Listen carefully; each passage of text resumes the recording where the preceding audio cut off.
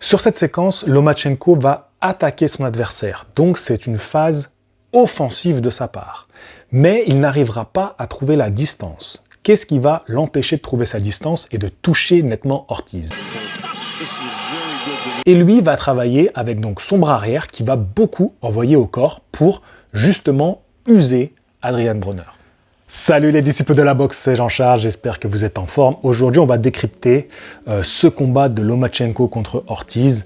Pourquoi il y a des choses que j'ai vues dans ce combat et qui m'ont fait dire que Ortiz avait remporté la victoire. Vous savez, moi, quand je fais une vidéo débrief, je vous dis en toute transparence ce que je pense du combat et qui je vois vainqueur.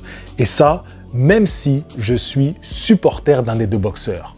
Souvenez-vous, et les vidéos, vous pouvez les retrouver sur la chaîne, il n'y a pas de triche. Quand Deontay Wilder affronte Tyson Fury lors du premier combat, je vous dis que je vois Tyson Fury vainqueur. Lorsque Golovkin affronte Sergei Derevianchenko, je n'hésite pas à dire que pour moi, c'est Derevianchenko qui a remporté ce combat-là. Et c'est pourquoi, lorsque Lomachenko a affronté Ortiz, j'estimais que c'est Ortiz qui remportait le combat, et je l'ai dit dans la vidéo. Mais on va revenir dessus parce que c'est vrai que j'ai été un petit peu sévère envers Lomachenko. Dans cette vidéo, je vais m'appuyer sur des images pour vous dire ce qui m'a convaincu chez Ortiz et ce qui manque encore un peu à Lomachenko, mais c'était un combat de reprise, il faut remettre dans ce contexte-là. D'ailleurs, j'ai sorti une interview avec Saïd Taghmaoui où on revient pleinement sur le combat. On débat autour de ce combat-là, n'hésitez pas à aller la voir. Vous allez voir à travers ces vidéos, mais aussi à travers les deux exemples que je vais donner dans cette vidéo, pour les axes d'amélioration de Lomachenko, que ce n'est pas qu'une question d'âge, comme j'ai pu le voir dans certains commentaires. En parlant de commentaires, je tiens à remercier tous les nouveaux de la chaîne, parce que sachez que les nouveaux sont plus actifs que les anciens abonnés de Box Attitude. Donc bravo les gars, vous assurez. Donc je vous disais, en commentaire, on m'a beaucoup reproché de parler d'un vol. On me dit, JC, je pense que tu vas nous refaire une vidéo en revoyant le combat, car on est presque à l'unanimité dans les commentaires, d'accord pour dire que Loma a bien gagné ce combat, c'est limite, mais il a bien gagné. C'est vrai que suite aux commentaires qui m'ont pas mal reproché d'être aussi catégorique, j'ai décidé de faire un sondage. Et les résultats du sondage sont clairs, la grande majorité donne la victoire à Lomachenko. Seulement 10% donnent le match nul. Perso, j'ai revu le combat, j'ai pris le temps de scorer les rounds, et je vois bien un match nul. En toute transparence, je vais vous donner les rounds que je donne à Lomachenko. Le round 3, le round 5 et toute la dernière partie de combat, 9, 10, 11 et 12. Peu importe, dans tous les cas, je me range du côté du peuple. Loma a remporté ce combat-là. Je rends les armes. Please, man, I'm sorry. Please forgive me. Par contre, les gars, 24% ont voté « Je n'ai pas regardé le combat ». Parce que j'ai pas mis « sans opinion ». J'ai mis « Je n'ai pas regardé le combat ». 24%. Et on est sur Box Attitude ou on est où là? C'est scandaleux. C'est-à-dire que vous n'avez pas regardé le retour de Loma. Non mais là, je suis dégoûté là. Là, j'espère que tu as honte de toi. 24%, c'est énorme. Et en plus, genre, vous l'avez assumé. Vous avez voté. Normalement, tu as honte de toi. Tu te caches. Tu ne veux pas que ça se sache. Non, je suis assez déçu. Hein. Je suis assez déçu. J'ai absolument rien écouté de ce qu'il m'a dit. Oh, quel dommage. Alors c'est vrai que j'ai peut-être été un peu sévère envers Lomachenko. Mais quelques jours avant, regardez ce qu'on m'écrit sous la vidéo que j'ai faite où je raconte l'histoire de Lomachenko.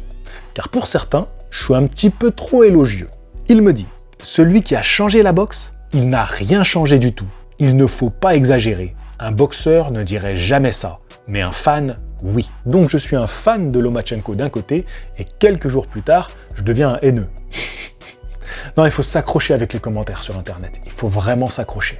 Je vais finir avec un commentaire dans lequel je me retrouve complètement, qui nous dit « Je vois un 6-6 avec dominance pour Ortiz, perso. » Voilà, moi, je me retrouve pleinement dans ce commentaire-là. Après, c'est pour ça qu'il y a 3 juges, c'est pour ça qu'il y a les commentaires pour échanger avec nous. Moi, il n'y a pas de souci, on débat. Et comme je vous ai dit, je rends les armes.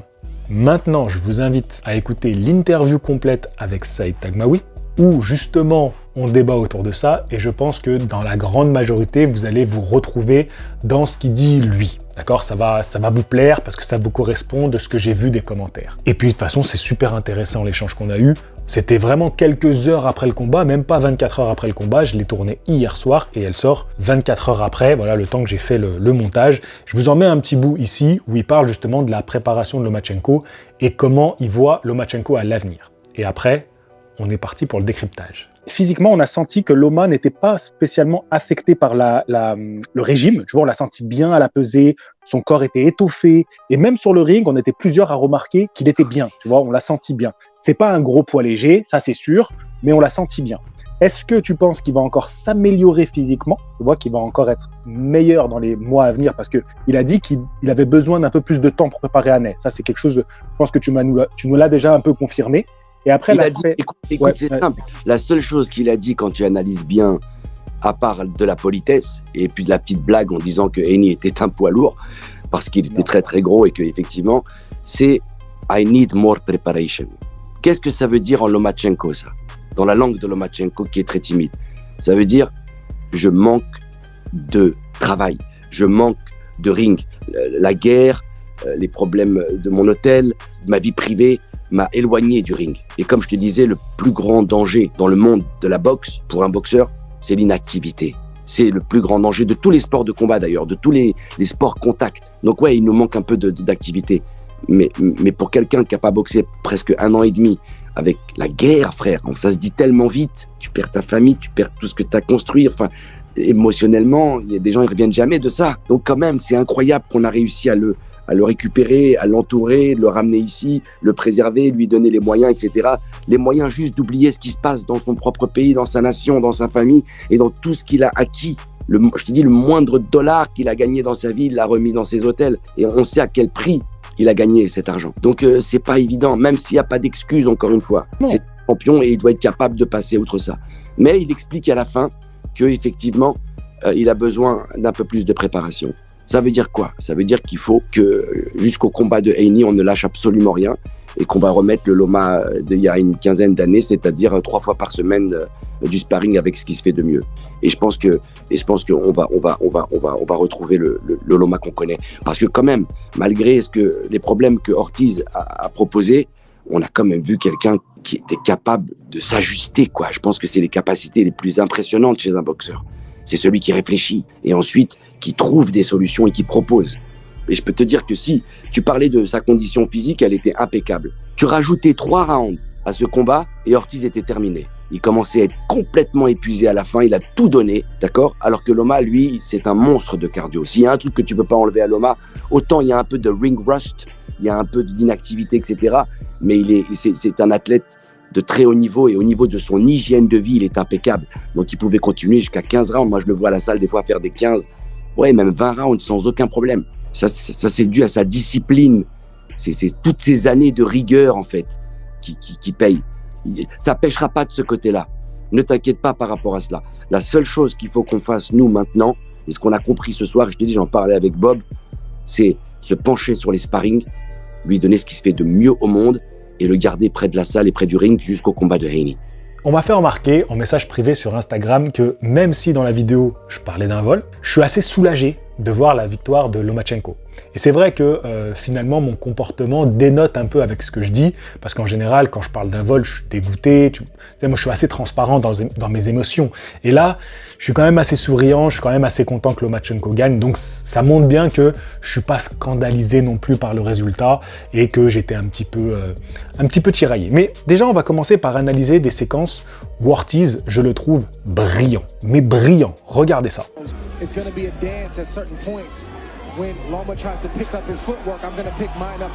Dans cette séquence, qu'est-ce qu'on voit? Ortiz envoie un jab et sort du côté droit de Lomachenko, donc du côté extérieur, pour pas être ciblé par son bras arrière, le bras gauche. On peut voir qu'il a un très beau jeu de jambes, il reste constamment sur ses appuis, et d'ailleurs, après il peut renvoyer l'uppercut seul, que Lomachenko va prendre, ce qui va le forcer à resserrer sa garde, à remonter sa garde. Ortiz en profite pour saisir Lomachenko, rentrer dans une phase d'accrochage, et là, il va même en profiter pour envoyer des coups pendant cette phase de corps à corps. Donc là, on peut voir une super gestion de la distance et de l'espace du ring de la part de Ortiz. Seconde séquence.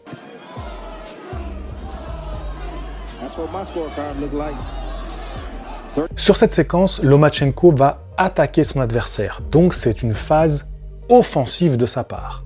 Mais il n'arrivera pas à trouver la distance. Qu'est-ce qui va l'empêcher de trouver sa distance et de toucher nettement Ortiz? D'abord, l'utilisation du bras avant de Ortiz. Il le gêne avec son bras avant, ce qui déjà l'aveugle un petit peu et va l'empêcher de bien construire son attaque.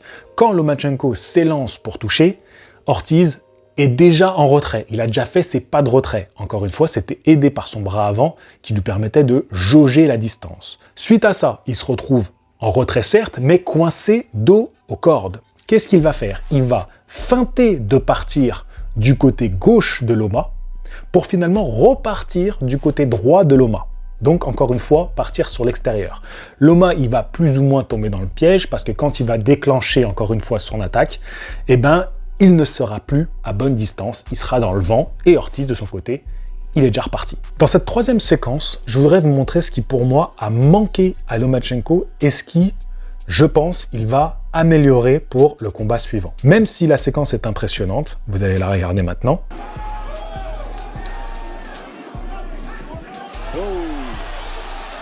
Regardez ce que Lomachenko a manqué. Il casse la distance et il arrive au corps à corps. À ce moment-là, il a la possibilité de toucher au corps son adversaire. Il a créé l'espace, il a mis son adversaire dans le vent et il est complètement ouvert pour toucher au corps. Mais il conserve son bras arrière complètement remonté à la face et donc il ne propose rien. Deuxième phase d'attaque, parce qu'Ortiz n'est pas resté, il a commencé à s'en aller. Lomachenko est encore sur lui et il tente un enchaînement de coups, mais quasiment aucun ne porte. Ortiz a le temps de s'en aller et à nouveau, Lomachenko n'est plus à bonne distance et il n'a pas pu réellement concrétiser cette attaque avec une touche nette alors qu'il avait fait la différence. Il avait cassé la distance, il était à portée de tir, mais il n'a rien fait de concret. Maintenant, je vais analyser des grands boxeurs, des illustres boxeurs que vous connaissez bien pour vous montrer les deux éléments qui pour moi ont vraiment manqué à Lomachenko. D'abord, l'exemple même Floyd Mayweather. On est en 2014. Floyd Mayweather a 37 ans. Et face à lui, il a Marcos Maidana qui a 30 ans. Je vous disais, Lomachenko, il est rentré au corps à corps, il avait un espace au corps et il ne l'a pas exploité. Je trouve que Lomachenko a manqué de travail au corps dans ce combat. Regardez le travail de Floyd Mayweather dans ce round. Dès le début du round, il va faire une série de bras avant au corps.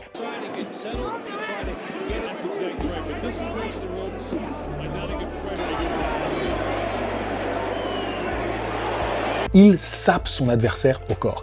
Et ça, si tu regardes le combat qui est disponible sur YouTube, je te le mettrai en lien si tu veux, il fait ce travail à chaque round. Du début jusqu'à la fin du combat, Floyd Mayweather travaille au corps. Il insiste pour ensuite construire ses attaques. C'est permanent de sa part. Il y a constamment un travail de bras avant au corps pour faire baisser la garde, pour user son adversaire. J'ai pas choisi ce combat-là par hasard. Floyd Mayweather est déjà en fin de carrière et surtout, il a été mis vraiment en difficulté par la boxe de Maidana. Franchement, c'est une boxe détestable. Moi, je l'ai toujours dit, à la place de Floyd, j'ai obtenu la victoire des juges, je ne reprends pas ce mec. Vraiment, je le reprends pas, jamais de la vie. C'est une plaie.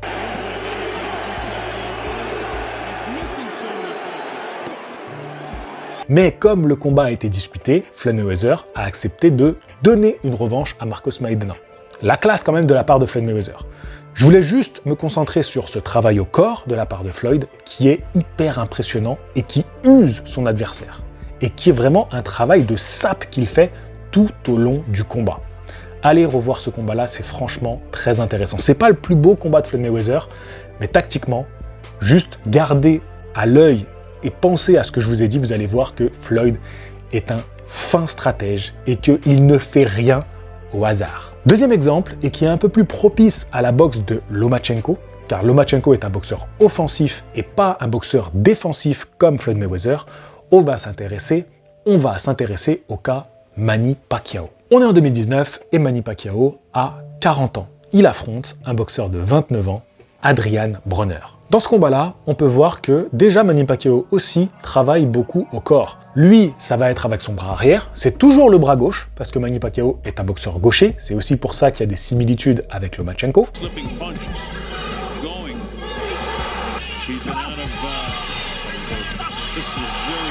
Et lui va travailler avec donc son bras arrière qui va beaucoup envoyer au corps pour justement user Adrian Broner. Mais là où je voudrais appuyer mon deuxième axe, pas seulement le travail au corps, mais aussi le travail de combinaison d'attaque. On a pu voir que Lomachenko, parfois, il se retrouvait à mauvaise distance et que du coup, il ne pouvait pas concrétiser ses phases d'attaque qui, pour moi, étaient remportées par Ortiz. À la différence de Manny Pacquiao, qui lui va toujours concrétiser ces phases-là, il va être offensif et il va forcer Adrian Broner à fuir le combat.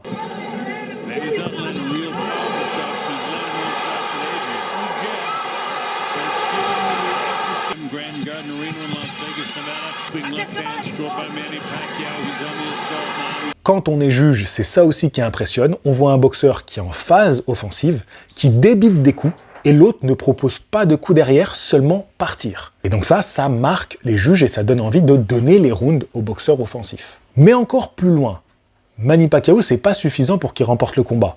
Souvent, on peut voir que Broner, il prend pas beaucoup de coups, c'est plutôt bien anticipé, il est un peu plus réactif et il s'en va. Mais ce qu'il va faire, regardez au 7e round, ses accélérations et là le nombre de coups qui est porté.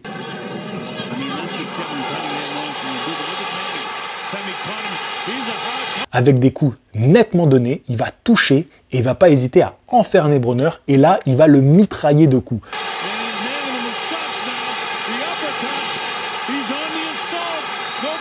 Peu importe si les coups sont donnés dans la garde, qui sont esquivés, mais il va y avoir un volume de coups qui va lui permettre de prendre l'ascendant sur son adversaire. Ça, c'est encore une chose qui a beaucoup manqué à Lomachenko.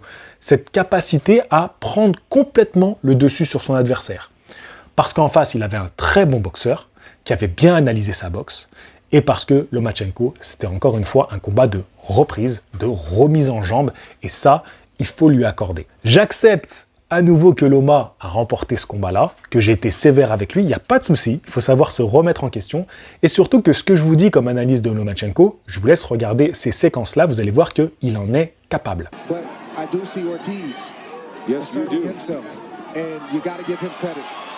Dans cette première séquence que je vous ai montrée, on peut voir que Lomachenko ne se jette pas, il fait un bon volume de coups, il touche son adversaire et il s'en va. Cet échange est clairement remporté par Lomachenko. La deuxième séquence que je vais vous montrer, on va la découper en deux parties. Voici la première partie. Ce qu'on a pu voir, c'est que Lomachenko, il a enfermé Ortiz dans les cordes, il va travailler au corps et remonter à la face, et ensuite se retirer. La deuxième partie, c'est tout de suite après, il a repris le centre du ring, on va voir qu'il va faire une série d'attaques, il va toucher, son adversaire tente de le saisir et Lomachenko le repousse. Encore une fois, c'est une séquence où il a pris l'ascendant, il a marqué des points, et là, les juges sont convaincus par ce qu'a fait Lomachenko. Donc vous voyez que Lomachenko, il a toutes ses capacités, c'est juste que, oui, les genoux étaient un petit peu rouillés. C'est pas qu'une question d'âge, d'accord? Vous avez vu, 40 piges pour Manny Pacquiao, 37 ans pour Floyd Mayweather, alors 34 ans, c'est jeune. 34 ans, c'est jeune. Je vais bientôt avoir 34 ans. Je suis jeune. Merde. C'est pas parce que j'ai un peu de barbe blanche et des cheveux blancs. Il y en a marre, d'accord? Les gars, je vous remercie d'avoir regardé cette vidéo. J'espère que ça vous aura plu. Et n'hésitez pas à aller voir l'interview de Saïd Taghmaoui en complet sur la chaîne secondaire, les podcasts de Box Attitude.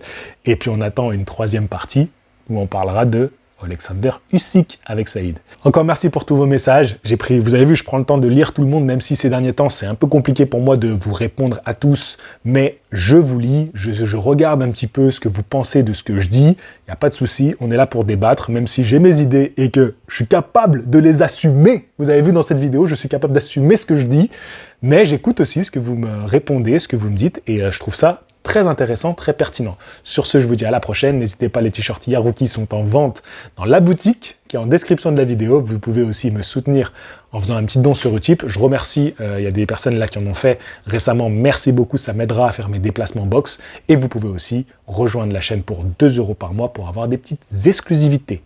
Sur ce, je vous dis à la prochaine. Fighting!